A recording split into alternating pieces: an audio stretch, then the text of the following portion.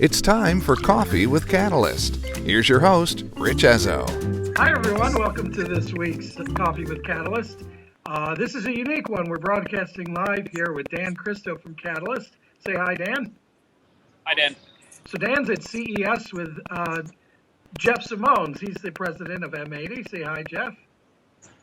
Hi, all. So they're out at CES right now. Guys, how you doing out there? Excellent. We were having a blast. It looks like it. Dan, you look a little like Spock. What's going on there? Yes, I've got Google Glass on, and I've been using it throughout the show to take a lot of pictures and videos and do some video conferencing and whatnot. So it's been a blast. Wow. Excellent. And I will tell you that this is the highest concentration of fellow Google Glass wearers you will ever see at this point in the world. I would imagine so. Yeah. Jeff, you couldn't afford him? Is that the deal? I didn't get approved in Group M. He took that slot. They don't give you a budget, right? So what's going on out there? What's the hottest trends you're seeing? So CES, I didn't know what to expect. It's my first time here. When I got here, we went into one of the many giant halls, and there were so many gorgeous cars and some of the cool technology that they're putting in the cars. It just blew my mind. I felt like I was at a car show, like high-end Lamborghinis, Hummers, well, not quite Hummers, but like high-end Jeeps, really cool stuff.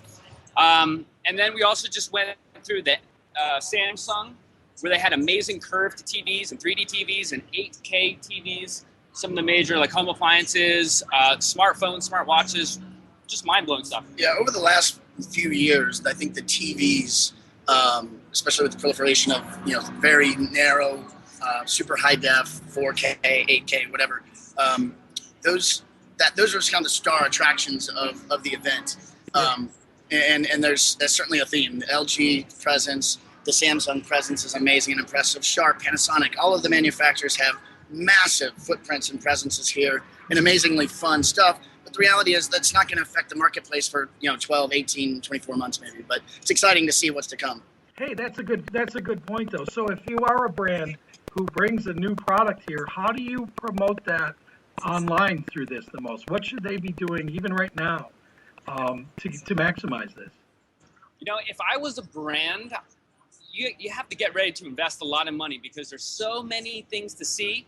You're just running through, glancing at stuff. You can't really spend a whole lot of time. So you have to really invest in giant displays, eye-catching things, demos. Having a beautiful woman demo your thing doesn't hurt. That's fairly prevalent. Loudspeakers, have the speakers on full blast. It's really expensive. And I think that, invest in and commit and invest in the presence and the displays. The one thing that's absent that I think should be, and it gets to answer your question, which is a real strong, clear call to action for the attendees to share and promote and use hashtags, or, you don't really see that call to action where there's a product or a brand that says, like us, share us, tweet us if you love us, and that should be ever present, and it's just not. I was going to say, there hasn't been much social media integration at all. I haven't seen anything on the social media. Surprisingly low. Yeah, very surprisingly low. Wow, very interesting. Good stuff. Hey, Dan, what about thoughts on if you're attending a show like this? What are some of the tips you've learned?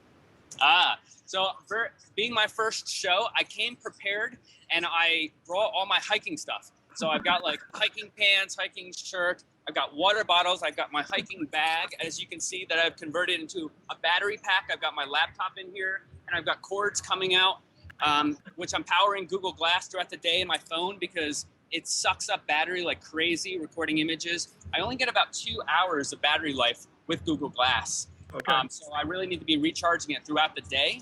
One of the more popular product categories here are the rechargeable portable recharging devices. Okay. So you don't need to bring your own battery, but certainly Dan is over prepared. But you got to always be charging in our world, as you know. But I would say the one thing that you got to just eliminate from your mind as an attendee to CES, you can't see everything. Don't come here with the expectation of trying to see everything. Do some planning, do some research.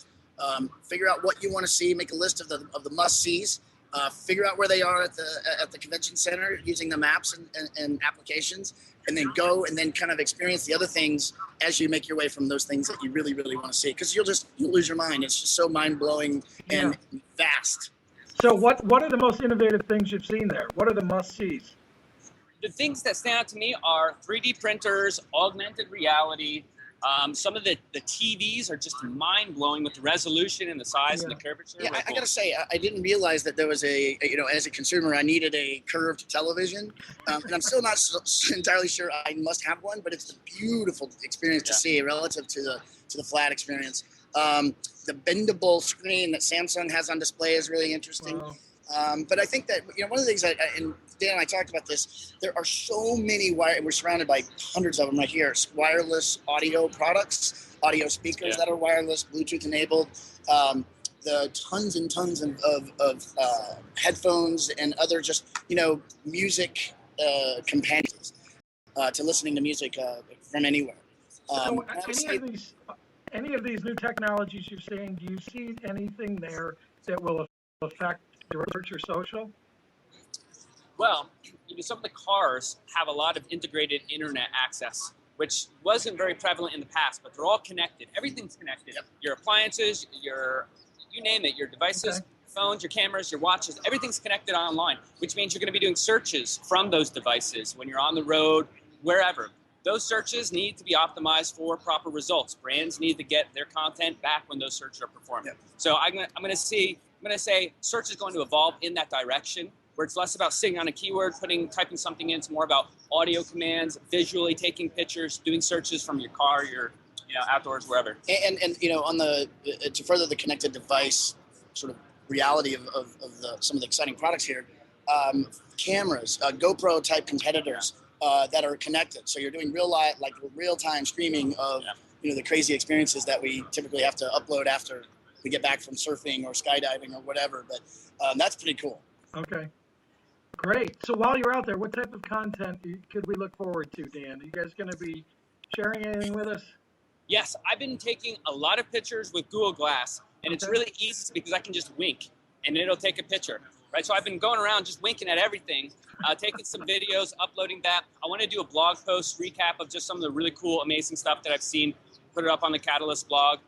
So that's the stuff that we're building content-wise. And I think because we're at CES and because Dan is not the only person here with glass, him winking at random things and people isn't as creepy as it might be in the real world. So, Rich, one thing. Is Jeff winking at anyone? Yeah, but it's not working. So, of course, I've been winking at a lot of people, but I'm wearing Google Glass, and here's my number one tip, a fanny pack. Now, you've got to put your pride on hold if you're going to sport a fanny pack, but because my wife refuses to be seen with me. Jeff's kind enough. My wife won't be seen with a fanny pack and Google Glass. I'm a cyborg nerd. But I told my wife, I'm going to CES. I'm going to be king of the cyborg nerds at CES. So it's okay if you have a fanny pack at CES. Goal achieved, I'd say. Coffee with Catalyst, Comedy Corner. What is your favorite joke? There were jokes. I have one I can share with you, Rich, and with our audience. Family friendly, of course.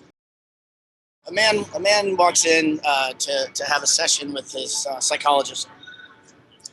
It's an initial session to get to know him, and the psychologist starts the session and puts a glass of water on the table, seemingly half full, and he asks the gentleman, "Sir, when you look at this glass, do you see this as half full or half empty?" The man looks at the glass, contemplates for a moment, picks up the glass, slams the water, puts the glass down, says, "I don't really know, but what I do know is I'm a problem solver." Boom. Joke. I like it. Well done. Well done. Well done. All right, guys. Thanks a lot. Again, enjoy yourself. We look forward to all the content you produce from here on out. And safe travel. Signing off from Viva Las Vegas. Join us next time for another edition of Coffee with Catalyst, right here at catalystsearchmarketing.com.